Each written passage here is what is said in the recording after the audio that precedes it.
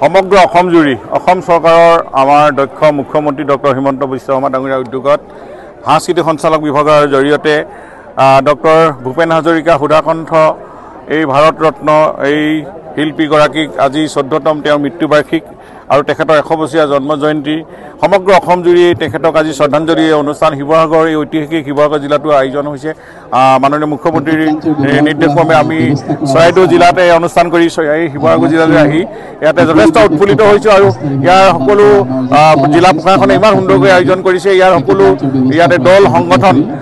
এই ভূপেন হাজৰিকাৰ গীতৰ অনুৰাগী আৰু ইয়াতে বিদ্যালয় মহাবিদ্যালয়ৰ ছাত্ৰ ছাত্ৰী সমাজকৰ্মী সকলো ইয়াতে উপস্থিত থাকি এই অনুষ্ঠানটো কৃতকাৰ্যতাৰে সফলতাৰে সমাপন হৈছে আৰু ভূপেন হাজৰিকাক আমি জীয়াই ৰাখিব লাগিব তেখেতৰ গীত মাতেৰে আজি যি মানৱ বিৰোধী আৰু তেখেতে যি মানৱ প্ৰেমৰ কথা কয় তেওঁৰ গীতত সেই গীতত আৰু জাতি মাটি ভেটিৰ কথা কয় দুৰ্যোগৰ সময়ত যিকোনো পৰিস্থিতি তেখেতে গীত গাই জাতিক সচেতন কৰি দিছিল সজাগ কৰি দিছিল মানুহক দেশপ্ৰেমভাৱ জাগ্ৰত কৰি দিছিল সেইখিনি উঠি অহা প্ৰজন্মই হৃদয়েৰে গ্ৰহণ কৰিব লাগিব আমি আজি তাৰিখত আমি এই সংকল্প ল'ব লাগিব ভূপেন হাজৰিকাৰ গীতবিলাক চৰ্চা হ'ব লাগিব গৱেষণা হ'ব লাগিব আৰু তেওঁ গাঁৱে ভূঞে বিদ্যালয় মহাবিদ্যালয় এইবিলাক প্ৰচলিত হ'ব লাগিব আৰু শেহতীয়াকৈ জুবিন গাৰ্গৰ গীতসমূহ আমি সমানে লৈ যাব লাগিব এতিয়া এই গোটেই কথাখিনি আমি অসমৰ ৰাইজে আজিৰ দিনটোত এখন সুন্দৰকৈ যিহেতু অসমত শিল্পীসকলক সন্মান কৰা এখন অসম আজি শিল্পীক সন্মান কৰি আৰু শিল্পীসকলৰ জৰিয়তে অসমখন এখন সংস্কৃতিমান এখন ৰাজ্য নিৰ্মাণ কৰিব লাগিব আৰু গীতেৰে মাতেৰে আমি সমাজখন শক্তিশালী কৰিব লাগিব বিভিন্ন জাতি জনগোষ্ঠীৰ মাজত সদ্ভাৱ সম্প্ৰীতি জগাই তুলিব লাগিব এই কথাবিলাক ডক্টৰ ভূপেন হাজৰিকাই কৈ গৈছে গতিকে এইখিনিয়ে আজি তাৰিখত আমাৰ সংকল্প আমি শিৱসাগৰবাসীয়ে আমি যাতে এইখিনি লওঁ এইখিনি আমি পৰৱৰ্তী দিনসমূহতো কাৰ্যকৰী কৰোঁ অকল এদিন কৰিলে নহ'ব পৰৱৰ্তী দিনতো আমি ইয়াৰ কাৰ্যকৰী ব্যৱস্থাটো আমি সকলো স্তৰতে কৰিব লাগিব তাকে আহ্বান জনালোঁ ধন্যবাদ আমি সকলোকে মই আপোনাৰ সাংবাদিক বন্ধুসকলক আজি ইয়াত সহযোগ কৰাৰ কাৰণে ধন্যবাদ জনাইছোঁ